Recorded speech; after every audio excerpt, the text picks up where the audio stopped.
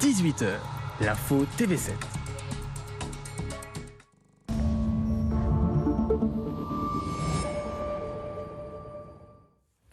Et bonsoir et bienvenue si vous nous rejoignez sur TV7. On regarde l'essentiel de l'actualité et la fin d'une époque pour le site de Ford à Blanquefort. 1 an, jour pour jour, après l'annonce officielle de la fermeture de l'usine, les panneaux ont été démontés. Aujourd'hui, plus aucune activité n'a lieu dans l'usine. Alors quel avenir pour le site de Ford Blanquefort ? Et pour ses salariés, on en parle dans notre grand débat ce soir sur TV7, c'est dans un instant. Vous restez avec nous sur TV7 et tout de suite c'est l'heure de notre grand débat autour de l'avenir de Ford Blanquefort.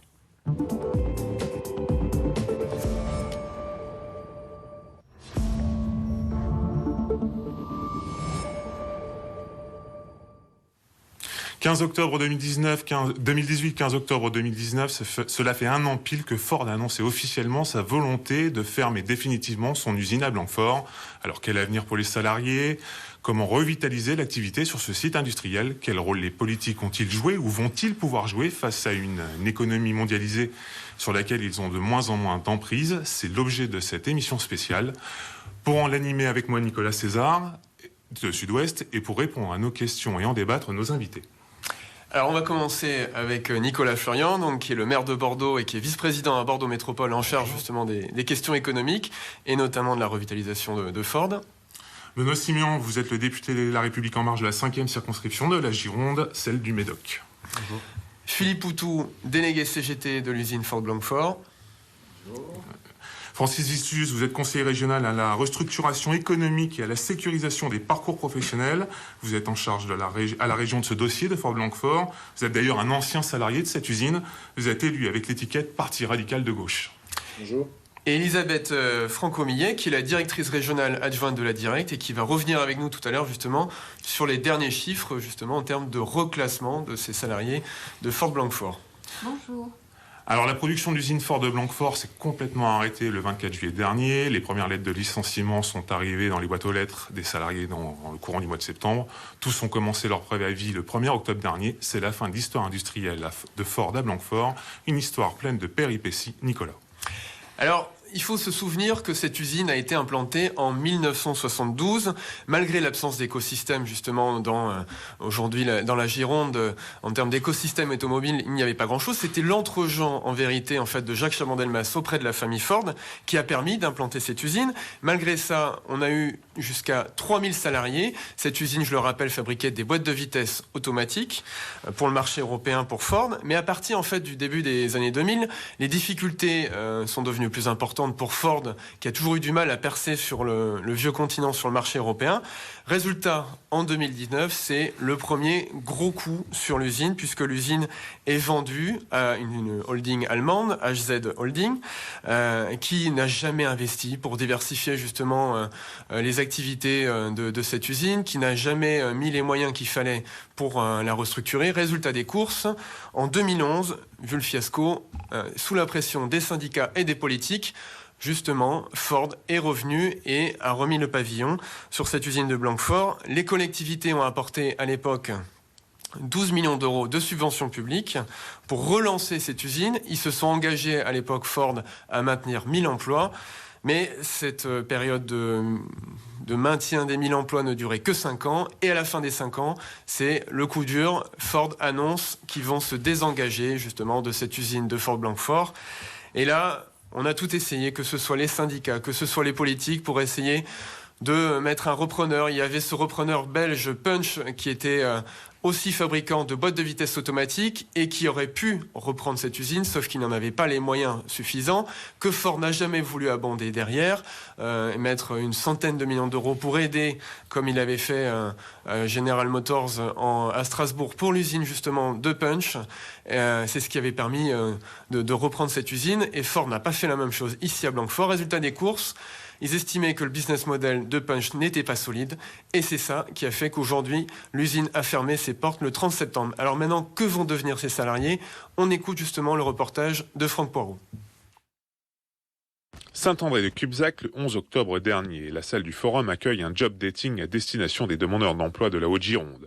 Parmi eux, des ex-salariés de Ford Blanquefort, 60 d'entre eux habitent ce secteur du département. Dans les allées de ce salon, le cœur n'y est pas. Les ex-Ford refusent toute demande d'interview filmée. Hors caméra, ils se disent préoccupés pour leur avenir et celui de leur famille. Vont-ils réussir à retrouver un travail et surtout à quelle hauteur de rémunération? L'un d'entre eux a toutefois bien voulu répondre à quelques questions. Abdel Belaïd a travaillé 30 ans à Ford Blanquefort comme tourneur-fraiseur. À 51 ans, cet ouvrier est exactement dans l'âge moyen des 849 salariés de l'usine. Dans sa bouche, l'impression amère de devoir repartir à zéro. Mais on le sait, tout le monde le sait ça. Mais bon, est-ce que c'est vraiment... C'est pas ça qui me... Pour moi, c'est en second, ça. D'abord, c'est trouver du travail. Il faut être bien dans sa tête, être dans la vie sociale de tous les jours. Après, le salaire, je pense que ça suit après. Abdel Belaïd souhaite pouvoir intégrer la centrale nucléaire du Blayais. Comme 421 de ses collègues, il a signé un congé de reclassement. Il lui permettra de toucher 80% de son salaire durant 1 an et demi et d'être accompagné dans sa recherche de travail. Une démarche qui a permis pour 60 ex-Ford de retrouver un job. Mais c'est l'arbre qui cache la forêt. Sur les 849 salariés, 248 ont été placés en pré-retraite, 49 sont en arrêt maladie longue durée, 73 en congé sans solde et 45 en formation longue durée. Sur la soixantaine qui ont retrouvé une activité, 27 ont signé un CDI ou un CDD ou une mission de travail temporaire, 15 ont été transférés vers l'usine Getrag, dont Ford est actionnaire à 50%. 15 autres ont pris les 20 000 € proposés par Ford pour les aider à monter leur entreprise. Toutefois, aujourd'hui, 359 salariés girondins du constructeur automobile américain se retrouvent sans solution. A priori, c'est quand même assez compliqué. Le dernier volet de ce plan de sauvegarde de l'emploi concerne la formation professionnelle. Ford a constitué une cagnotte à destination de 400 de ses ex-salariés. Le montant se monte en moyenne à 15 000 € pour chacun d'entre eux. Les dispositions de ce plan, qui étaient jusqu'alors sur la base du volontariat jusqu'au 1er octobre dernier, s'appliquent à tous les ex-Ford de manière obligatoire depuis cette date. Alors on l'a vu, il y avait 849 salariés qui se retrouvaient sur le carreau à la fermeture de l'usine le 30 septembre dernier. Aujourd'hui, on a 360 salariés qui restent encore à reconvertir. Où on a reconverti, Elisabeth Francomier, vous qui êtes directrice régionale de la Direct, où on a reconverti les autres salariés, justement, ceux qui ont réussi à retrouver un travail. Est-ce que c'est un CDD? Est-ce que c'est un CDI? Et dans quel secteur d'activité? Alors, les chiffres évoluent constamment, puisque si les lettres de licenciement, comme vous l'avez souligné, ont été adressées récemment, pour autant, dès l'homologation, donc c'est-à-dire dès le mois de mars, le cabinet Right Management a commencé à travailler donc avec l'ensemble des salariés pour trouver des solutions. Et effectivement, donc maintenant, la situation donc s'accélère. Alors, on a effectivement déjà des personnes vous l'avez souligné, qui ont géré une solution dans la mesure où il y en a 248 qui sont en cessation progressive d'activité. C'est-à-dire en pré-retraite. Ce qui est communément appelé la pré-retraite. On a donc, vous l'avez souligné, des créations d'activité. On a quelques personnes qui sont allées à GFT. On a aussi effectivement... GFT qui est l'usine voisine, Getrag Ford Transmission. Tout à fait. On a également effectivement des personnes qui sont en CDI. Des personnes qui sont en formation, vous l'avez souligné aussi. Alors les secteurs d'activité, puisque vous me demandez les secteurs d'activité, ils sont très divers. Je dirais que effectivement les salariés donc souhaitent de préférence aller dans des secteurs d'activité où leurs compétences sont immédiatement utilisables, mais il y en a aussi qui sont en formation longue, donc ce qui leur permet de pouvoir aller vers d'autres secteurs d'activité. Pour donner des exemples, c'est Keolis par exemple, qui cherche des conducteurs de bus, de tramway, des gens aussi pour la maintenance justement des bus, des tramways, ce qui correspond à un certain savoir-faire justement mécanique. Oui, on peut avoir... Mais ça peut être aussi l'UCESTAS, je crois qu'ils en ont embauché aussi un certain nombre. Tout à fait. On peut avoir aussi, ça a été cité dans le reportage sur le Blayais, puisqu'il va y avoir donc les arrêts et puis le travail du grand carénage. Donc, sur la centrale nucléaire. Sur la centrale nucléaire. Donc les secteurs d'activité sont très divers, puisque les compétences acquises, notamment en maintenance, sont vraiment des compétences importantes. Direct, vous avez validé ce plan de sauvegarde de l'emploi en mars. Est-ce que c'est la norme? La norme que vous validez, oui, mais est-ce que ce qu'il contient, c'est plutôt généreux de la part de Ford? C'est la norme? Comment vous qualifieriez les choses? Alors, chaque plan de sauvegarde de l'emploi est particulier. hein. Donc, il n'y a pas de normes en la matière. Ce qu'on examine, c'est effectivement les proportions entre ce qui figure dans le plan et puis les moyens de l'entreprise ou des groupes concernés. Donc, effectivement, si on a validé, si on a homologué donc ce PSE, c'est qu'on a considéré que tant en matière de formation que d'aide au reclassement, que il y a également donc les systèmes d'allocation temporaire dégressive et également donc les cessations progressives d'activité. On a considéré que effectivement les moyens étaient mis pour permettre aux salariés de retrouver un emploi. Ceci dit, un plan de sauvegarde de l'emploi, c'est toujours difficile pour les salariés et il n'y a pas de normes ou de bons PSE. Hein. C'est toujours quelque chose de compliqué pour les salariés. Et il y a un dispositif d'accompagnement, donc le cabinet, qui va accompagner donc les salariés pendant, toute la période qui sera nécessaire pour que chacun puisse se reclasser. Donc Philippe, ça, c'est aussi quelque chose d'important. Cette lecture du plan sauvegarde de l'emploi, pour vous, il était bien fait, bien... Pour nous, une fermeture d'usine, un plan de licenciement, c'est une catastrophe sociale et humaine dans la région. C'est déjà ça qu'il faut se dire. Bien sûr, donc de toute façon c'est très grave ce qui se passe. Alors après on peut toujours, comme on s'est fait là, discuter sur des chiffres et puis relativiser la chose ou dédramatiser, mais voilà, il y a une réalité sociale qui est là, parce qu'après c'est vrai qu'on discute des 21, des 15, des 200, des 600, enfin voilà, mais on sait qu'il y a 170 000 ou un peu plus de chômeurs sur la Gironde, je crois. Plus de la moitié, ou non, un quart en plus de 50 ans, un quart sont dans des chômages de longue durée. Donc on est dans ce contexte-là. Donc la fermeture de l'usine Ford, ça se rajoute à ça. Donc après, discuter d'un bon ou d'un mauvais PSE, de toute façon, le licenciement lui-même, il va coûter cher, humainement et donc socialement, économiquement. Donc c'est pour ça qu'on a mené une bataille jusqu'au bout. C'est pour ça qu'on n'est même pas rentré dans cette idée, est-ce que c'est un bon PSE du point de vue de ce que nous, on va avoir en indemnité de licenciement. C'est sûr que comparé à un collègue, à des gens qui bossent dans des petites boîtes du privé, on est mieux considéré, on a plus d'argent, c'est sûr, mais le problème, il n'est pas là. Le problème, c'est la gravité de la situation liée à ces suppressions d'emplois-là, parce qu'encore une fois, on parle de 849 donc emplois supprimés, mais on ne compte pas les emplois sous-traitants, on ne compte pas l'impact que ça va avoir sur le commerce, sur les emplois publics.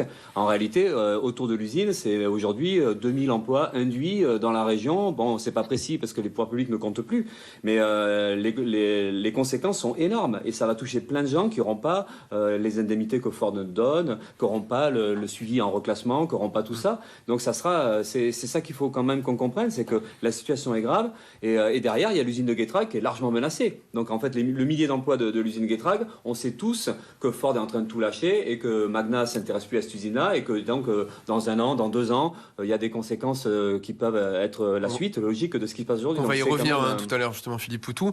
Là l'enjeu c'est de former aussi ces salariés pour qu'ils puissent retrouver rapidement du travail. Il y a un gros enjeu de formation pour vous à la région. Francis Villesud, vous êtes conseiller régional en charge justement de la sécurisation des parcours professionnels. Vous étiez secrétaire du CE de Ford-Blanquefort il y a quelques années. Vous connaissez bien la situation de l'usine. On a une moyenne d'âge de 50 ans. Quand on a travaillé pendant 30 ans dans l'automobile, on ne se reconvertit pas comme ça non plus. Alors, quelles sont les formations que vous allez mettre en place ?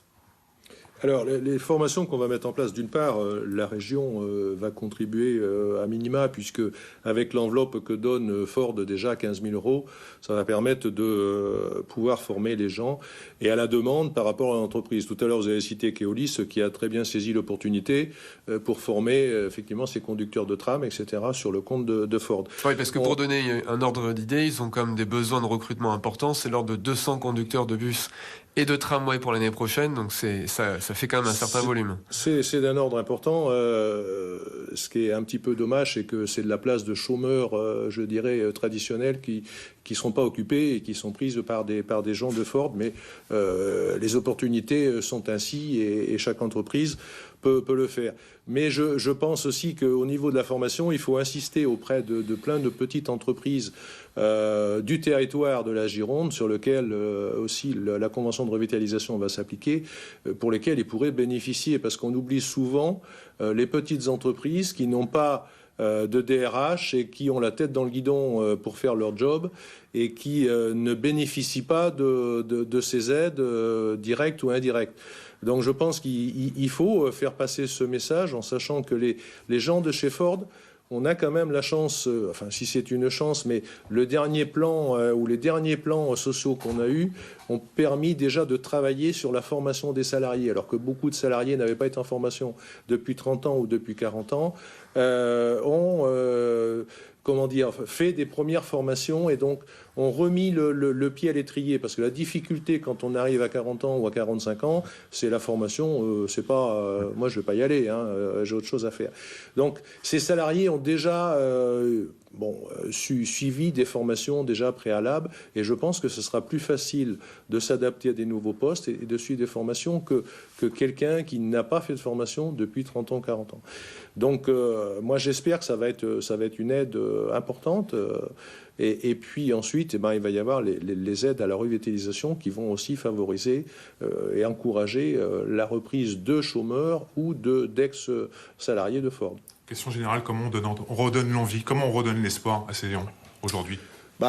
C'est vrai que c'est difficile quand on a passé 10 ans où on travaille pas, couper du travail, c'est toujours difficile de s'y remettre définitivement. Changer d'entreprise, c'est pas facile. Sauf que la vraie vie, c'est que la retraite, c'est à 62 ans, et quand on a 50 ans, il nous reste encore 10 ans ou 12 ans d'activité. Donc, il peut y avoir... alors, un certain nombre de salariés ont franchi le pas aujourd'hui, ont cherché du travail, continuent à en chercher. D'autres, je pense, comme traditionnellement, je peux voir dans les autres plans sociaux de la Nouvelle-Aquitaine, vont attendre les 12 mois ou les 18 mois d'échéance de leur CSP ou CRP, avant de chercher, mais de toute façon, on n'a pas le choix. Je veux dire, aujourd'hui, il faut se reconvertir et essayer de trouver du travail. D'ailleurs, dans nos jeunes, l'avenir de nos jeunes ne sera pas de 30 ans ou 40 ans dans les entreprises, je ne pense pas. On est en train de changer, et donc il faut aussi que les anciens, malheureusement, qui restent, s'adaptent à ces nouvelles formules.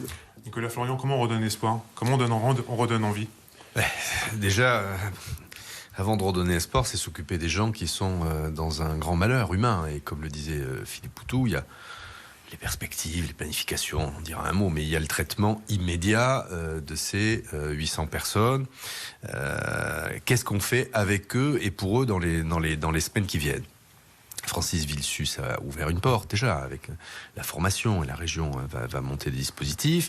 Il s'agit aussi pour nous d'identifier toutes les filières qui sont en souffrance de main-d'œuvre, parce que moi je visite en moyenne 1-2 entreprises par semaine sur l'agglomération, et dans l'aéronautique, dans le nautisme, dans l'image, on a des entreprises qui sont en souffrance de main-d'œuvre. Donc c'est pouvoir faire une interface aujourd'hui dans les métiers manuels, des gens qualifiés. Là, on a des gens très qualifiés, certes dans un domaine dédié qui est l'automobile, mais on peut imaginer qu'on puisse les reformer et qu'on puisse nous organiser ce maillage et les mises en relation avec les entreprises existantes. Ça, c'est pour les semaines et les mois qui viennent.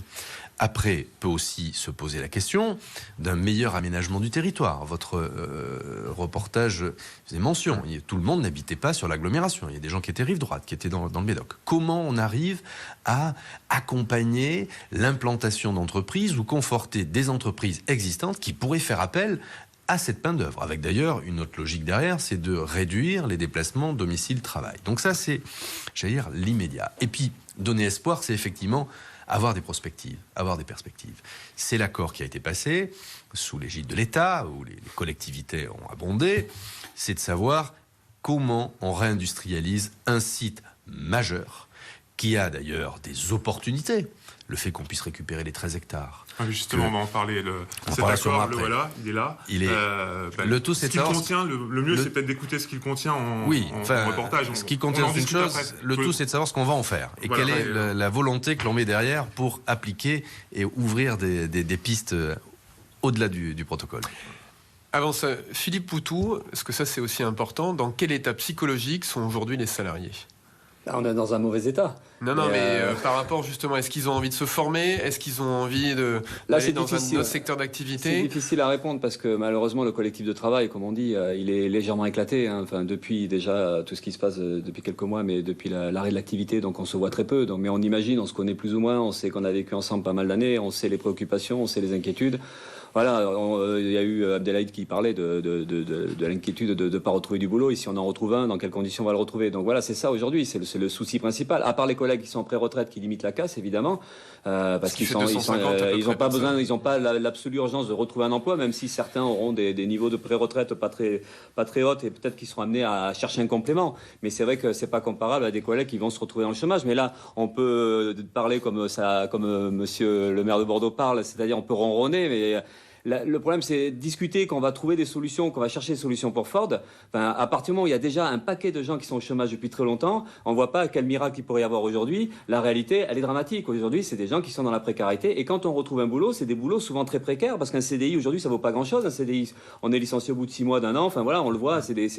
Donc, en fait, on sait vers quoi on va. C'est ça qui est dramatique, c'est que là, on discute de quel pansement on peut mettre quand une situation sociale est là, présente et très grave, alors qu'avant, il y aurait pu avoir des choses de faites pour empêcher ça. Et nous, on est en colère par rapport à ça. Donc l'état d'esprit des collègues, c'est ça aussi. C'est ce sentiment d'avoir été abandonné, mais pas nous les Ford uniquement, tout le monde. Parce qu'en fait, il y a des tas de gens qui sont censés être dans des positions d'agir, dans des positions politiques, de pouvoir politique, qui nous disent que quand il faut voter pour moi, vous allez voir, je vais m'occuper de vous. Et quand il y a des drames comme ça qui se passent, il n'y a plus personne.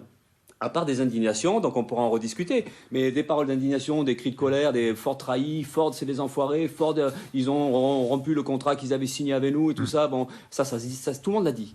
Mais quand il faut contraindre Ford, quand il faut sauver une usine, quand il faut imposer le maintien des emplois, en sachant que derrière, il y a des drames humains qui sont déjà énormes, là, il n'y a plus personne et tout le monde dit « Désolé, on n'y peut rien, c'est pas possible ». Et c'est ça qui est scandaleux et c'est ça qui met en colère. Et nous, dans nos têtes, c'est ça. C'est à la fois cette colère-là d'avoir personne pour empêcher ce drame humain et social et économique.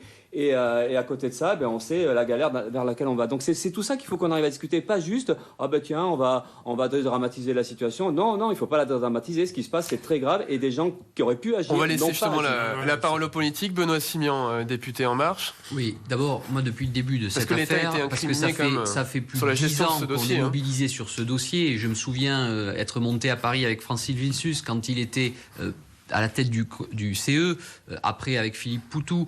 Donc ça a été un combat, en effet, de plusieurs années. Moi, je salue la responsabilité des syndicats qui ont toujours fait œuvre de responsabilité dans les négociations que l'on a pu avoir avec Ford. Par contre, je nuancerai, on n'a laissé personne en race campagne. L'État, avec la Directe, a été là. La preuve, c'est que le préfet Lallemand avait demandé avec la Directe de réexaminer le plan de sauvegarde de l'emploi qui avait été proposé. Donc il y a eu une deuxième mouture qui a été présentée. Et puis, attention, moi je le dis, Ford est toujours là en Gironde. Il y a une usine à côté de 1300 salariés qui s'appelle Getrag. Qui fait des boîtes de vitesse manuelle. 50-50 actionnariat Ford et Magna, un industriel canadien puissant. Moi, ma vigilance, elle est là, il y a 1300 salariés. Aujourd'hui, Ford est le seul client de ce site-là.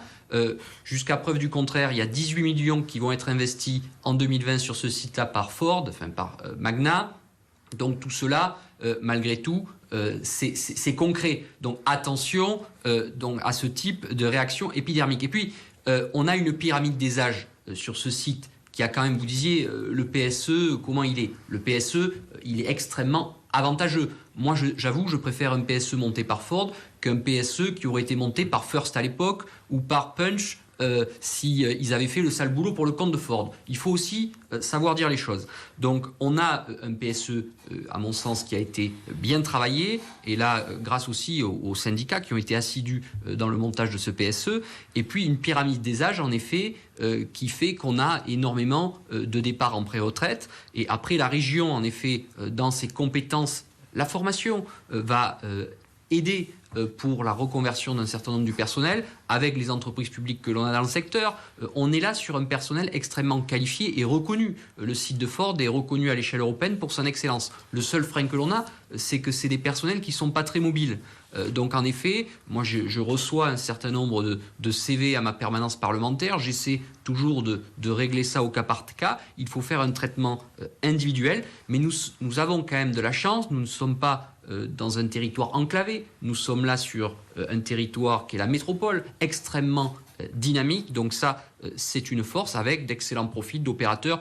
Donc non, moi je suis optimiste, mais en effet, on n'est jamais satisfait quand on a une annonce comme celle qui a été faite par Ford dans un contexte de guerre commerciale. Et là, ça doit aussi replacer le curseur dans les négociations qui sont faites au niveau diplomatique, dans les grands combats que l'on connaît, diplomatiques, avec notamment les États-Unis. Ce qu'il faut rappeler, c'est que Ford quand même supprime 22 000 emplois en Europe et que cette décision s'est inscrite dans un plan global de restructuration de la multinationale sur le vieux continent.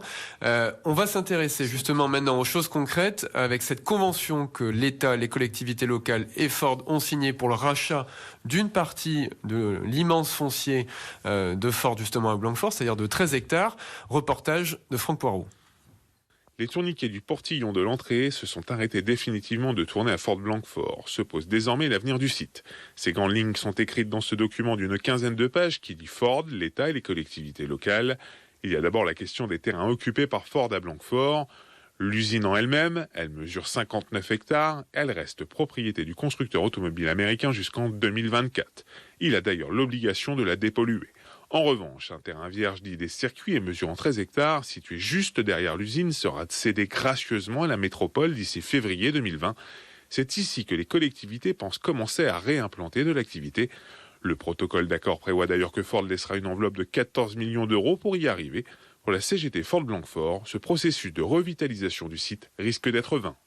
Tout le monde sait très bien que tout ça c'est du bricolage et que finalement l'argent même qui est laissé à disposition par Ford ne pourra pas rattraper les dégâts sociaux. Et puis en plus cet argent-là il servira à quoi? À donner des primes à des entreprises pour qu'elles viennent embaucher un petit peu. Et comment on va mesurer l'efficacité de tout ça? Ce qu'on sait aujourd'hui c'est que le site de Ford il est fichu et que Ford va garder le terrain pendant 5 ans jusqu'en 2025 et qu'ils le vendront après, ils en feront ce qu'ils voudront.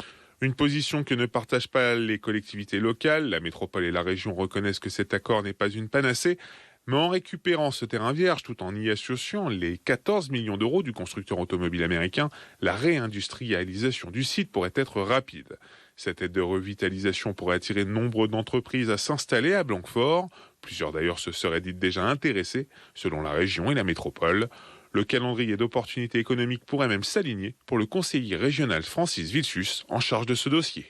Exactement, il faut aller vite. Moi, je me suis bagarré justement pour qu'on récupère ce terrain vierge parce que ça nous permet de recréer rapidement des ateliers industriels sur ce site et donc de pouvoir recréer de l'emploi de manière à ce que les salariés de Ford, quand ils vont arriver en fin de leur chômage, pouvoir retrouver une activité. Et donc ça devrait tomber à peu près convenablement. La région espère à terme créer 1500 emplois sur l'ancien site du constructeur automobile américain. Une chimère pour la CGT de Ford Blanquefort. D'ailleurs, la commission qui sera chargée de distribuer les 14 millions de Ford sera présidée par la multinationale elle-même. En signant ce protocole d'accord, les collectivités renoncent à réclamer devant les tribunaux toutes les aides publiques qu'elles ont versées depuis plusieurs années à Ford. C'est l'une des clauses du contrat. Il a été signé par la mairie de Blanquefort et la métropole. La région et le département doivent le faire prochainement. Nicolas Florian, quand il a été présenté en Conseil de métropole en septembre, ce texte, Patrick Bobet, son président, parlait de texte acceptable. Ça veut dire quoi ? Oui, parce qu'au départ, les propositions que portait Ford n'étaient pas à ce niveau-là, notamment sur la cession des terrains dits des circuits, qui est fondamentale dans le réaménagement du site, comme le disait Francis Vilsus. Donc il a fallu se battre. Les premières réunions de discussion autour de l'État, de Bruno Le Maire en particulier, autour de ce protocole, ont démarré en mars. Donc il nous a fallu plusieurs mois. Il y avait la question de la dépollution de l'usine, et ça c'est à la charge de Ford. Et en objectif, au bout de 5 ans, de pouvoir mettre en vente et que nous, on puisse d'ailleurs exercer un droit de préemption si c'est nécessaire dans le cadre de l'aménagement. Donc ça n'a pas été évident de négocier. Bon. Moi, je pense qu'il y a des atouts sur ce territoire. Il y a notamment la connexion au fleuve qu'on a trop occulté. Il y a le port Gradkina qui est à proximité. Il faut qu'on travaille sur une réindustrialisation qui permette, par le fleuve, d'avoir de l'industrie lourde. L'industrie a toute sa place sur nos territoires. Et c'est pour ça que moi j'ai proposé, ça a été accepté par les différentes collectivités, qu'on n'aille pas se précipiter sur une vente ou une cession de gré à gré avec tel ou tel opérateur, quel qu'il soit, mais qu'on fasse appel à une manifestation d'intérêt de plusieurs opérateurs et qu'on choisisse le meilleur, parce qu'il y a un vrai potentiel de réindustrialisation. Les bâtiments, à terme, peuvent être connectés au foncier existant, et il y a tout un écosystème, ça a été dit, GFT, il y a aussi toute la filière aéronautique qui est pas très loin, c'est Mérignac, le nautisme, avec le fleuve. Bon, donc là il faut peut-être... L'industriel c'est délocalisable, on le voit là sur Ford, ça reste pas figé dans le temps éternellement Bien sur sûr, un territoire donné, quoi. Moi je suis un optimiste et un volontariste. Ce qu'on est capable de faire en termes de développement autour de l'aéronautique sur l'aéroparc, on doit pouvoir le faire aussi sur d'autres filières industrielles, sur Ford. Je ne parle pas de faire que du véhicule, que de la boîte de vitesse. On a sûrement, Benoît Simion vous le dira mieux que moi, on a des projets sur l'hydrogène, sur l'éolien. Il faut s'adapter sur une économie verte, industrielle, avec justement cette capacité à se connecter au fleuve, c'est fondamental. Sur les projets qu'on vous a présentés aujourd'hui, ils sont dans quel secteur? C'est la logistique? Il y a beaucoup de logistique, des micro-projets autour de l'économie verte. Bon, alors les additions, c'est important, mais à un moment donné, il faut quand même un projet central qui crée un écosystème autour. Je rappelle qu'il y a quelques années, on avait le projet First Solar, panneaux photovoltaïques, qui a été abandonné. On avait le projet Atrium sur les pales d'éoliennes. Bon, pourquoi ne pas tenter de relancer un projet industriel autour de ces nouvelles technologies? Il y a l'hydrogène. Bon, donc là, il faut peut-être se prendre un petit peu de temps, quelques mois, que ça puisse correspondre d'ailleurs avec la fin des accompagnements humains, et puis aussi avoir en perspective cette connexion à l'existant, au bâtiment. Il y a des machines, il y a un potentiel industriel là, et comment on le connecte dans les 3 ans, 4 ans ou 5 ans qui viennent. Benoît Simion, pour vous, le Brexit est une véritable opportunité aussi pour réindustrialiser ce site, non? Oui, bien sûr, le Brexit est une formidable opportunité. D'abord, le protocole et le Brexit, c'est en même temps. Le Brexit, c'est avant le 31 octobre, et ce protocole aussi. Donc je pense qu'il y a en effet un hasard intéressant des calendriers, parce que ce qui est non délocalisable ici en Gironde, c'est le vin. Et il ne serait pas utopique, moi je suis un pragmatique, comme le maire de Bordeaux, d'avoir une plateforme logistique viticole mondiale, parce qu'aujourd'hui, notre vin part par Le Havre et Anvers à Londres, pour 30% revient en France pour des raisons fiscales, douanières notamment, donc il faut lever les freins pour en effet encourager ce type d'investissement ici en Gironde. Mais pas que. On est là sur un site particulier. On est là sur l'éco-parc de Blanquefort qui est situé aux portes du parc naturel régional du Médoc. J'étais d'ailleurs ce week-end à l'inauguration de ce parc. Ben ça oblige en effet de réfléchir en termes d'investissement sur les transitions écologiques, énergétiques, l'hydrogène en effet.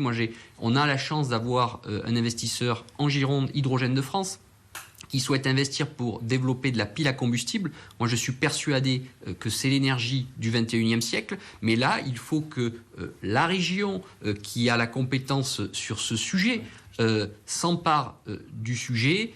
Il faut y aller. On ne peut pas tout attendre depuis Paris. Moi, vous savez, c'est le discours que j'ai à Paris. Laissez faire les territoires. Toutes les initiatives partent des territoires. Je souscris pleinement à la vision métropolitaine qui vient d'être évoquée par le maire de Bordeaux. Et il faut aussi que la région soit dans le match sur ces sujets-là. Francis Vilsus, justement.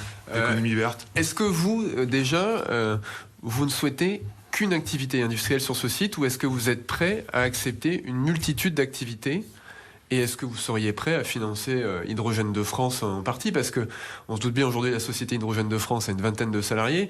On se doute bien qu'ils ne vont pas sortir eux-mêmes 100 millions d'euros pour financer une usine de piles à combustible.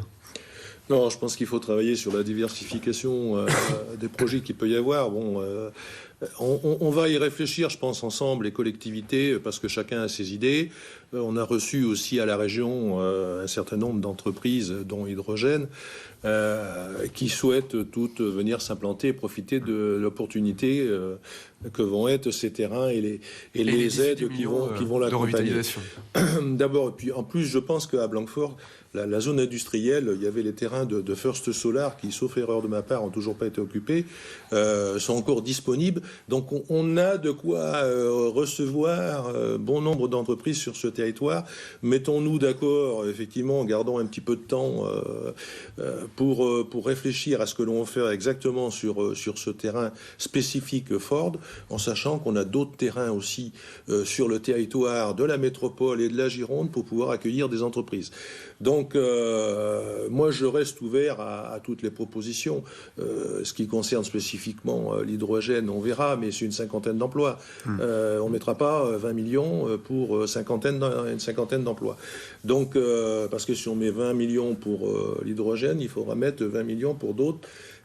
On n'est pas dans ces ratios-là, il faut être clair. Non, mais j'exagère. L'hydrogène de Ford n'a jamais demandé 20 millions. Dans les chiffres. Le dossier est bien connu. Mais on a plein d'entreprises qui nous sollicitent et il faudra regarder la faisabilité, comme on parlait tout à l'heure de First Solar, qui était une coquille vide et que ça a été une erreur de la part de Ford. Mais l'industrie lourde, c'est très important ce qu'évoquait Nicolas Florian et cette puissance d'avoir le fleuve à côté. Parce qu'on voit bien que l'avenir, c'est sur les mobilités, de passer par le fleuve pour alimenter le port en eau profonde du Verdon, ou en tout cas, sur une industrie lourde, c'est une vraie chance d'avoir ce positionnement. Combien de temps vous donnez là, justement pour prendre cette décision de choisir les activités que vous allez implanter, les projets mais il faut que ça sur soit ce rapide, territoire? C'est ce que je disais tout à l'heure. Si on doit, dans 5 ans, implanter de nouvelles entreprises, les salariés de chez Ford, il y a longtemps, qui seront oubliés. Hein. Donc il faut faire rapidement. L'objet de prendre ce terrain, c'est qu'on pouvait intervenir rapidement sur l'aménagement du terrain et de construire des bâtiments qui sont adaptés aux entreprises qui veulent venir s'implanter. Donc il faut faire rapidement. Après, ce terrain, il a des atouts. Gratequina, ça peut être intéressant, mais on a la voie de chemin de fer qui a été aménagée, je vous signale, qui a été renforcée pour que Ford, justement, puisse amener ses conteneurs jusqu'au Verdon, ce qui n'a jamais été fait, mais qui peut être utilisé. Donc, je ne sais pas s'il faut réaménager le port de Gratina, mais de tous les cas, cette zone industrielle, elle a des atouts qu'il faut mettre en valeur et qu'on peut mettre en valeur rapidement pour pouvoir remployer les salariés de Ford. Elisabeth, les 14 millions de revitalisation du site, c'est Ford qui a les clés de la bourse. Justement, c'est eux qui vont décider. Alors, attendez, justement, je voulais revenir là-dessus. Hein. Donc, la convention de revitalisation, donc c'est une convention qui est signée entre Ford et l'État. Hein. Donc, je dirais que et la volonté donc de l'État, hein, ce qui a été fait dans l'ensemble du dossier, c'est bien de travailler avec l'ensemble des acteurs. Hein. Donc, avec les collectivités, parce que je dirais que le rôle de l'État dans ce dossier a bien été de rechercher donc toutes les solutions avec les collectivités à chaque fois, que ce soit le niveau national, comme le niveau régional, comme le niveau départemental. Donc là, il est bien évident qu'avec les compétences de chacun, on va travailler sur ce site. Mais je voulais tout de même souligner que justement, alors vous évoquez 14 millions, c'est quand même 18. Parce 18 qu'il y a 18 et 4 millions sur les terrains. Oui, sachant que l'enveloppe de revitalisation, à l'origine, c'était 20 millions. Hein. Ah non, donc attendez, en réalité, on paye le terrain 6 millions. Qui sont évaporés. Sur cet aspect-là, je pense qu'il est important de préciser qu'il y a ce qui est réglementaire, et puis il y a ce qui a été négocié. Donc les négociations qui ont été effectivement longues et enclenchées par le niveau national. Donc si on n'était que sur du réglementaire, on serait sur l'ordre de 4-5 millions. Donc c'est important donc de souligner cet aspect. Donc ce que je voulais préciser, c'est que cette convention, c'est pas Ford qui va décider uniquement. Il y aura bien effectivement un travail. L'État donc souhaite travailler avec l'ensemble des acteurs parce qu'il est important effectivement qu'on ait à la fois du développement d'activités, de la création d'emplois, que ça profite effectivement aux salariés de Ford. Donc on est en train de négocier le contenu de cette convention de revitalisation qui doit être signée avant le 31 décembre. Et il y aura effectivement prise en compte de bonus pour des salariés qui seront des ex-Ford et aussi des salariés qui auront plus de difficultés à trouver de l'emploi. Donc ça me paraissait important de souligner cet aspect. Philippe Poutou. Nous, on est en désaccord profond avec l'accord qui est en train d'être signé. On l'a déjà formulé à plusieurs reprises parce que c'est vrai qu'on s'est rencontrés dans différentes réunions. On est en désaccord profond. Pour nous, c'est la signature de la part des pouvoirs publics d'une capitulation. Parce que là, on discute des 18 millions. Il faut rappeler que Ford, c'est 7 à 8 milliards de bénéfices planétaires tous les ans. Ce sont des dizaines de milliards distribués aux actionnaires. C'est à peu près 50 millions d'euros d'argent public qui a été donné à Ford à l'occasion d'un accord qui a été signé en mai 2013. Enfin, autour de cet accord-là, accord qui n'a pas été respecté, accord on a attaqué en justice, on a gagné en justice. Ford a été condamné pour non-respect des promesses. Derrière les pouvoirs publics, aucun des pouvoirs publics n'a saisi la justice ou n'a essayé de réclamer cet argent public-là. Et aujourd'hui, on se contente de 18 millions d'euros alors qu'on été distribués largement plus. C'est écrit dans la convention que et en plus, les collectivités la signature terrible, les derniers articles du protocole d'accord engagent les pouvoirs publics à ne pas attaquer Ford en justice, à ne pas embêter Ford sur le terrain commercial, alors que Ford a été donc encore une fois condamné il n'y a pas longtemps pour non-respect de ses propres promesses. Donc là, oui, il y a une capitulation qui est particulièrement inquiétante parce que c'est l'usine Ford, mais c'est partout, c'est comme ça. Les garde-fous à l'époque sur ce qui avait été subventionné n'avaient pas été mis. L'accord a été rédigé par Ford. C'est les avocats de Ford qui ont rédigé l'accord, qui a été un peu amendé à la marge, c'est vrai, mais c'est Ford qui a rédigé son accord et c'est un truc pour Ford. En fait, Ford fait signer un accord qui lui permet de partir tranquillement avec l'aval des pouvoirs publics. Et ça, c'est scandaleux. C'est scandaleux parce qu'il y avait largement les moyens de faire autre chose. Parce que là, on peut toujours discuter de la chance, de l'estuaire, des bateaux qui pourraient arriver. On pourrait discuter des atouts de Gratoquina. Non, mais le problème, c'est que... Je vous ai pas coupé. Je finis parce qu'il y a un scandale qui est à dénoncer. C'est qu'aujourd'hui, il y avait la possibilité d'empêcher Ford de fermer, de reprendre le site, tout simplement. Il y avait la possibilité de réquisitionner, il y avait la possibilité de garder les machines, c'est ce qu'on a discuté avec vous. Vous n'avez pas voulu le faire. Il y a une sorte de déballonnade incroyable de l'ensemble des pouvoirs publics, alors qu'il y avait de l'enjeu, de l'argent public qui était déjà donné. Et c'est ça qui est terrible. C'est que pourquoi, quand on attaque au tribunal, pourquoi personne ne nous suit? Pourquoi personne, alors que tout le monde avait dit, Juppé, le maire, vous vous rappelez, hein, Ford trahit, Ford ferme une usine illégitimement, Ford licencie de manière, pour les actions, pour la bourse.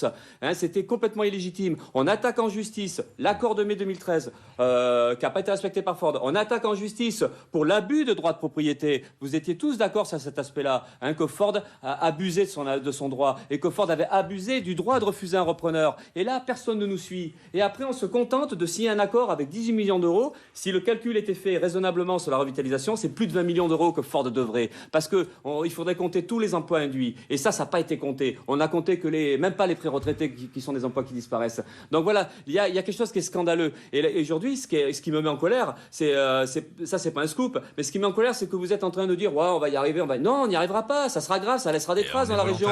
Donc après, le problème, c'est pourquoi, face à Ford, pourquoi, y compris l'État français, pourquoi il n'y a pas eu Ford, c'est fini, vous n'avez pas le droit de faire ça. Il ne faut pas faire rêver les gens, parce que quand on les fait rêver, le réveil est parfois douloureux. Moi, en effet, j'aurais pas pu me regarder dans la glace le matin avec un repreneur bidon. Je le dis très tranquillement. C'est que l'État aurait pu prendre le terrain et l'État aurait pu prendre en main l'outil de travail. Les collectivités ont négocié de la meilleure façon. Et moi je dis, Ford est toujours à Blanquefort. Non mais monsieur, vous n'avez pas osé, vous n'oubliez pas les 1300 salariés. Ford est toujours à Blanquefort. Ça sert à rien d'invectiver comme ça. Mais si, parce qu'on paye cher. C'est pas vous qui payez cher, c'est nous qui payons cher. Mais si, ça coûte très cher. Le fait de ne pas être capable. Pourquoi vous n'avez pas attaqué en justice? Pourquoi vous n'avez pas attaqué en justice? Moi je suis législateur, je ne me mêle pas de ce qui se passe en justice. Il y a la séparation des pouvoirs. Cher à Montesquieu, nous sommes en Gironde. Moi, j'alerte juste. Il y a un site à côté qui s'appelle Getrag, Magna Ford, qui aujourd'hui vient d'avoir un marché pour les boîtes hybrides, Puma, Focus, Fiesta. C'est 1300 salariés. Non, je ne le sais pas. Non, je ne sais pas. Aujourd'hui, ça a été présenté en CE. Il y a une production stabilisée pour les 3 prochaines années. Il y a 18 millions d'euros d'investissement sur la table. Dans 3 ans, votre parole, on l'aura oublié. Le vrai combat, monsieur Boutou, il est là. Getrag est menacé de fermeture. Getrag est menacé de fermeture. Les syndicats sont en train d'essayer de voter un droit d'alerte. Getrag est menacé de fermeture. Ford va s'en aller de Getrag. Et Magna ne veut pas du site. Vous ne pouvez pas dire ça. Mais si, vous allez faire comme Ford. Un investissement industriel. 18 millions d'euros. On voit en 2013, Ford, c'était 125 millions d'euros d'investissement quand ils sont revenus. 18 millions, qu'est-ce que ça pèse? D'abord, Ford va payer plus cher le prix de la boîte sur ce site, à l'achat. Ce site produit uniquement des boîtes pour Ford. L'idée, c'est de demain produire des boîtes pour d'autres constructeurs. Et ça, c'est la tendance mondiale. Tous les constructeurs automobiles sous-traitent sur ce type d'opération. Donc, en effet, on n'est pas dans un autre monde, dans un monde parallèle. Mais d'ailleurs, le milieu économique aujourd'hui, la stratégie, c'est celle-ci. Donc, le prix de la boîte a été stabilisé. La compétitivité, grâce aux efforts des salariés, a été améliorée sur le site.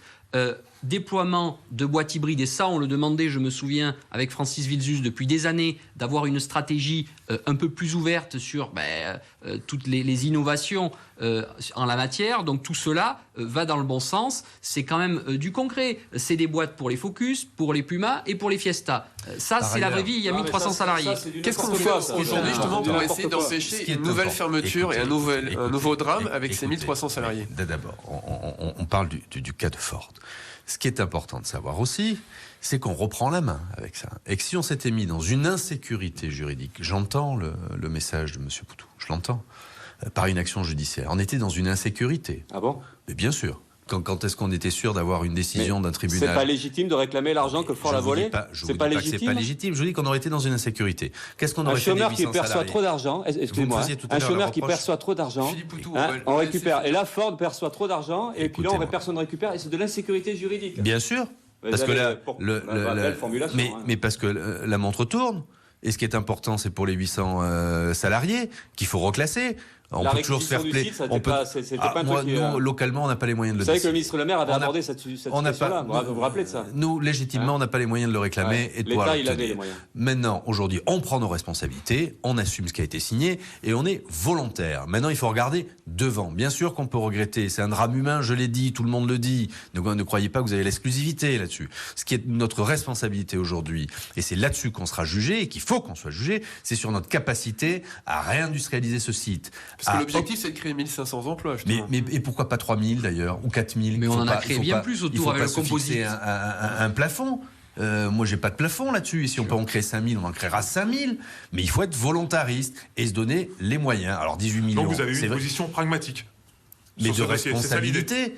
On aurait pu, nous aussi, effectivement, être sur une forme d'attentisme, d'action judiciaire. Ça aurait mené à quoi? À rien, avec 800 personnes sur le carreau. On a fait condamner Ford quand même. Mais monsieur, je respecte vos positions, respectez les miennes. Non, je ne respecte pas vos positions, évidemment, je respecte pas vos positions. Qu'est-ce qu'on va faire pour faire plier Ford sur les 50 hectares restants? Parce que c'est quand même un foncier énorme, donc ils vont dépolluer. Il n'y a plus à faire plier Ford. Quand on parlait des 20 millions, 18 millions, parce qu'à l'époque, dans les 20 millions, Ford considérait que la charge de la dépollution, c'était pour nous. Donc là, on a transféré les choses. Ce qui est énorme, c'est une bonne vingtaine de millions d'euros. C'est énorme. C'est énorme. Il faut le rappeler. Bon. Et ça évite une friche. Plus un bâtiment qui va être maintenu. L'enjeu, après, ça sera de savoir si Ford veut valoriser ce patrimoine, parce qu'ils sont pas, c'est pas des philanthropes, on le voit bien. Ils se disent, s'il y a une reprise, une revitalisation, mais mon foncier va coûter de l'argent, il va pouvoir me rapporter de l'argent à terme. Bon, ils font ce calcul. Donc, ils parient quand même sur la réussite de l'opération. Se posera la question, pour nous, à ce moment-là, de notre capacité à préempter les terrains et être dans notre logique d'emménagement. Donc, vous allez pouvoir éviter de les payer. Mais les payer, si on les préempte, il faut les payer au prix des domaines. Mais combien, justement? Parce que là, ça va au quand prix même du marché. Au prix du marché. Et Ford aura le droit de refuser la préemption et de ne pas vendre si la préemption, c'est écrit dans l'accord. Ford pourra garder le terrain au-delà de 5 ans. C'est pas vrai. Je vais vous dire, l'inquiétude. Si c'est écrit, alors ça c'est écrit sur l'accord qui est sous les yeux. Monsieur Poutou, la préemption, elle est de droit. Alors qu'ils veulent pas nous le vendre de gré à gré, si on veut préempter, Ford peut refuser et ne pas vendre. On refuse pas une préemption, parce que là, pour le coup, on va devant le juge. Mais à la condition qu'ils ne vendent plus. Ils peuvent se retirer de la vente. Arrêtez de raconter des bêtises. Non, c'est écrit. Ford peut ne pas vendre. Ils peuvent refuser une cession de gré à gré. Si nous, on considère que c'est l'intérêt de la collectivité de préempter, on pourra préempter. Ça coûtera de l'argent, mais on pourra préempter. De l'argent, il faut savoir que le terrain a été pas donné, parce que Ford a effectivement apporté la preuve qu'ils avaient payé le terrain il y a 47 ans, parce qu'en fait, personne ne savait si Ford avait acheté le terrain ou pas, parce que c'est pour public, ils ne savent pas trop grand-chose. Et Ford a acheté le terrain à très bas prix et va pouvoir le vendre au prix du marché. Donc là aussi... grosse plus-value immobilière pour Ford sur les années passées. Donc, on verra. Dans 5 ans, on verra, évidemment. Moi, je pense qu'il ne faut pas. Mais il n'y aura pas de réindustrialisation avant 5 ans. Il y a quand même encore des salariés en activité et Ford, en effet, a été très vigilant à ce qu'il n'y ait pas un concurrent qui est en capacité de faire d'autres boîtes de vitesse à côté. Et l'objectif aussi, réindustrialiser, très bien, mais c'est de sauvegarder le site de Getrack des 1300 salariés et de les aider justement à conquérir de nouveaux marchés avec les compétences formation de la région qui sont là aussi pour appuyer en investissement sur ce site. Et moi, je sais savoir compter sur la région et la métropole. En effet, je préférerais toujours le dialogue à se farcir droit dans le mur. En effet, un industriel qui a compté et qui compte encore sur notre territoire. Il ne faut pas dire n'importe quoi aux Girondins. Ford est toujours là. Bien sûr qu'ils nous abandonnent. Vous avez quand même oublié les paroles sévères d'il y a un an. Bien sûr qu'ils nous ont oubliés, ils nous ont abandonnés. Parce que les paroles fortes d'il y a un an. Bien sûr. Mais bien sûr, mais maintenant, on est des pragmatiques. Non, mais attendez. Ça veut dire quoi? Il faut agir, prendre des décisions. Il y a une usine qui ferme, il y a 2000 emplois qui vont disparaître. Si je suis dans votre stratégie et que je me les farcis en tête à tête, demain il ferme, c'est pas question de se le site d'à répartir, côté. C'est ce que vous souhaitez. Il y a des droits sociaux, je ne crois pas. Moi, je pense aux salariés, Monsieur Poutou. Je suis un pragmatique. Si je suis aux responsabilités, vous proposiez quoi? Fallait la reprendre. Non, mais c'était une option. Oui, c'était une option qui a même été émise par le ministre Le Maire. La possibilité d'une nationalisation temporaire, quand il le dit, personne n'a dit que c'était pas possible juridiquement, c'était un peu compliqué à gérer, mais bon, et ça a été abandonné. Pourquoi cette piste-là n'a pas été exploitée jusqu'au bout? Pourquoi à un moment donné, l'État, il n'a pas une politique industrielle qui lui permet de reprendre un outil de travail, de conserver un collectif de travail, puisqu'on parle de formation et tout ça, où là, il y aurait... Et puis de pouvoir redémarrer une production à la limite qui aurait pu être au départ nationalisée. Sur la question des transferts, par exemple. Pourquoi ça ne s'est pas fait? Est-ce que les boîtes mécaniques sont l'avenir de l'automobile? Là, vous dites ça tout simplement. Est-ce que les boîtes mécaniques sont l'avenir de l'automobile? Moi, je crois pas. Les boîtes? Oui. Automatiques? Non, automatique, oui, mais mécanique, c'est pas l'avenir. On fabrique des boîtes automatiques qui vont être fabriquées aux États-Unis pour être exportées en Europe. Une nouvelle économie verte. Il y a sûrement des pistes autour du savoir-faire, de l'outil industriel qui existe sur l'économie verte. On en a parlé. C'est l'éolien, c'est l'hydrolien, c'est. Bien sûr. Un tour de table parce que là, on arrive à la fin de l'émission. Qu'est-ce qu'il faut quelles sont les leçons à tirer de cet épisode Ford sur l'agglomération? Moi, je pense que quand on est tous unis pour gérer ce type de dossier, on avance. Et là, je dois dire que l'ensemble des responsables politiques, toutes les collectivités confondues et l'ensemble des syndicats ont fait preuve dans la gestion de ce dossier vraiment de responsabilité. Au-delà, parfois, en effet, des réactions passionnelles, parce qu'il y a peut-être des intérêts politiques. Moi, ça ne m'intéresse pas. Je suis aux responsabilités et ce qui compte, c'est la sauvegarde de l'emploi. Nous avons de la chance d'être sur un territoire métropolitain extrêmement attractif et il faut aussi parler de tous les emplois qui ont été créés à quelques kilomètres. Je pense notamment à la filière du composite, à Salonne, Stelia Composite, 700 emplois, on est parti de rien. On a comme ça pas mal de réussites dans le secteur, également l'aéronautique, où avec Toulouse, vraiment la Gironde compte aujourd'hui dans le paysage national et toutes les réussites également de Dassault. Aujourd'hui, on vient de livrer la semaine dernière le premier Rafale à l'Inde. Donc tout ça sont des fleurons industriels girondins qui comptent. Nous sommes sur un territoire donc dynamique et moi j'ai confiance en la capacité des salariés d'aller vers des reconversions adaptées. Quelle leçon vous tirez de Moi j'en tire deux. La première, c'est qu'il faut tout faire pour qu'on ait une diversification de notre modèle industriel et économique et pas se retrouver pieds et mains liés avec un seul interlocuteur. Donc diversifier, ça a été dit, on a plein de filières, j'y reviendrai pas, mais massivement, et en plus d'aménagement du territoire, diversifier nos activités. Deuxième enseignement, je tiens, c'est que le péché originel, enfin la façon dont je l'analyse, c'est les années 2010, où tout le monde a voulu se cacher et faire un peu d'aveuglément en se disant on va maintenir, alors qu'on savait que c'était mort dès 2009. Ici, dès 2009. Bon.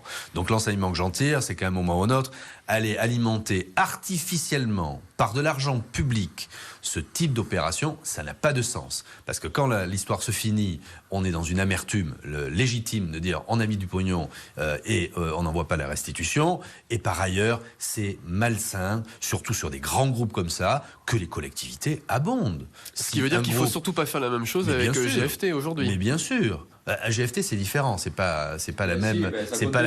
C'est pas la même puissance financière. Là, je parle du groupe Ford. C'est des milliards et des milliards. GFT, c'est le groupe Magna canadien et Ford à 50%. Ils reçoivent de l'argent en ce moment. D'accord. Et puis dans les deux enseignements. Diversifier et pas se retrouver à abonder artificiellement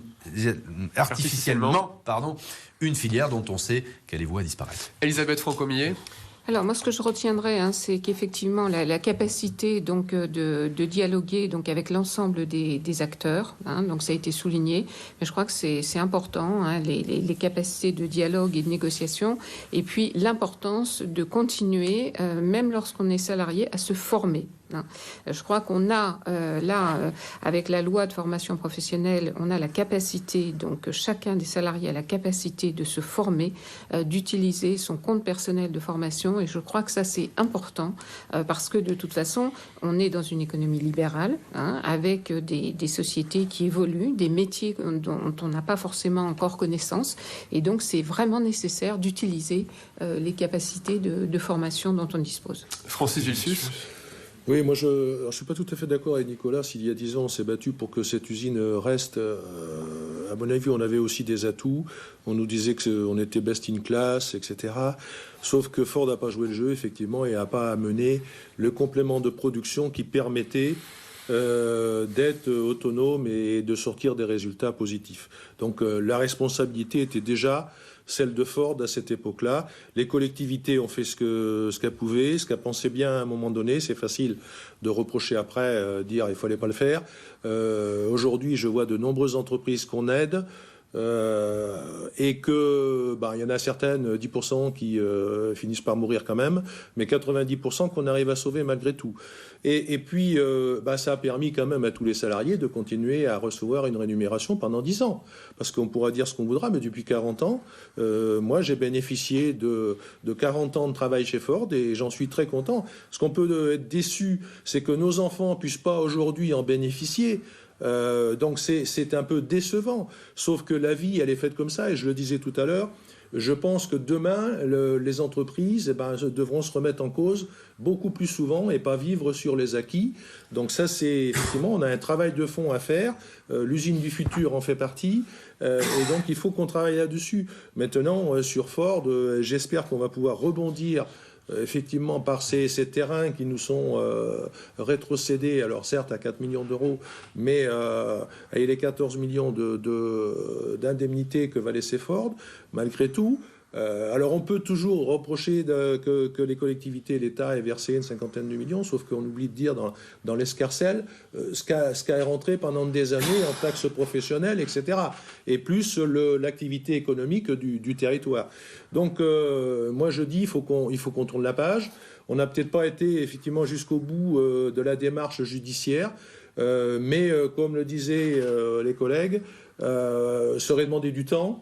Nos collègues ex-salariés de Ford auraient dû attendre sans savoir s'ils ont du boulot demain ou pas.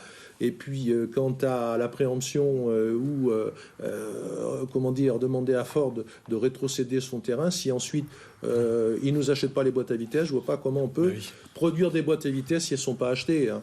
Philippe Poutou, un mot de conclusion, très rapidement. Très rapidement. Ouais. Très rapidement. Nous, on a 2 batailles à mener. On a la bataille individuelle, on va dire, celle de retrouver un emploi, de ne pas galérer. On a quelques années de travail encore devant nous, en sachant qu'en plus, les retraites sont attaquées de toutes parts, donc ça va être compliqué. Mais bon, donc on a cette bataille-là, il faut s'en sortir, il faut se former, il faut pas tomber dans une sorte de spirale de galère et de précarité. Malheureusement, on sait qu'il y en a plein qui sont touchés par ça. Donc il y aura cette bataille-là. Mais l'autre bataille, on va la continuer. Nous, on va en cassation. On va continuer à attaquer Ford parce que pour nous, cette fermeture d'usine est scandaleuse. Elle est sans motif économique. Voilà, Ford fait des profits. Ford n'a pas de compétitivité en danger. Et Ford ne cesse pas l'activité des boîtes de vitesse. C'était très facile à conclure qu'il n'y avait pas de motif économique et donc d'empêcher la fermeture de l'usine. Personne n'a été capable de le faire et personne ne nous a aidés à essayer d'en faire la démonstration. Donc cette bataille-là, on va la mener parce qu'on voudrait que ça serve pour les autres. On voudrait que demain, il n'y ait pas, comme General Electric aujourd'hui, comme Michelin, des gens qui font des milliards de profits, qui continuent à licencier tranquillement et que tout le monde autour est en train de constater les dégâts. Donc nous, cette bataille-là, on va la mener, on va pas lâcher et on essaie de voir avec tous les autres dans la population parce qu'il y a le véritable drame aujourd'hui de la précarité, du chômage qui touche tout ça. Donc c'est ces batailles-là qu'on va continuer à mener et nous, on est triste d'un certain côté. Moi, il y a de la colère, vous dites passionnelle et tout ça peut-être, mais il y a de la colère, il y a de la tristesse parce qu'il y a un gâchis énorme. Il y avait la possibilité de contraindre Ford, c'est obligé. C'était pas juste perdre du temps. C'était comment par la menace.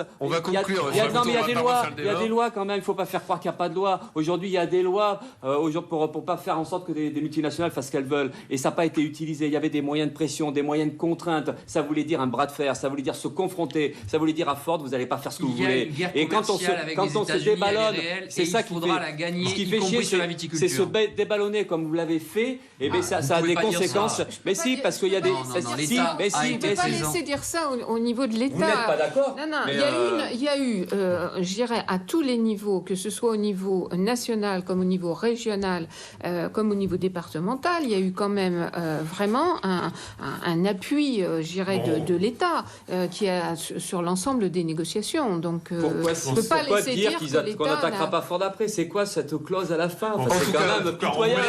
On n'est pas d'accord. Et heureusement que l'État était là parce qu'on est là quand même, il faut le rappeler, sur des compétences, l'économie, une fois de plus, des compétences qui appartiennent aux collectivités. Et malgré ça, L'État a été là en termes d'ingénierie pour accompagner les collectivités. Les syndicats aussi ont été conseillés à un moment donné. Vous le savez, Monsieur Boutou. Merci. C'est la fin. Voilà, merci à tous les 5 et c'est évidemment un dossier qu'on va continuer à suivre puisque il est très important de voir ce que vont devenir les 370 salariés de Ford Blanquefort qui restent aujourd'hui encore à reconvertir. À très bientôt sur TV7.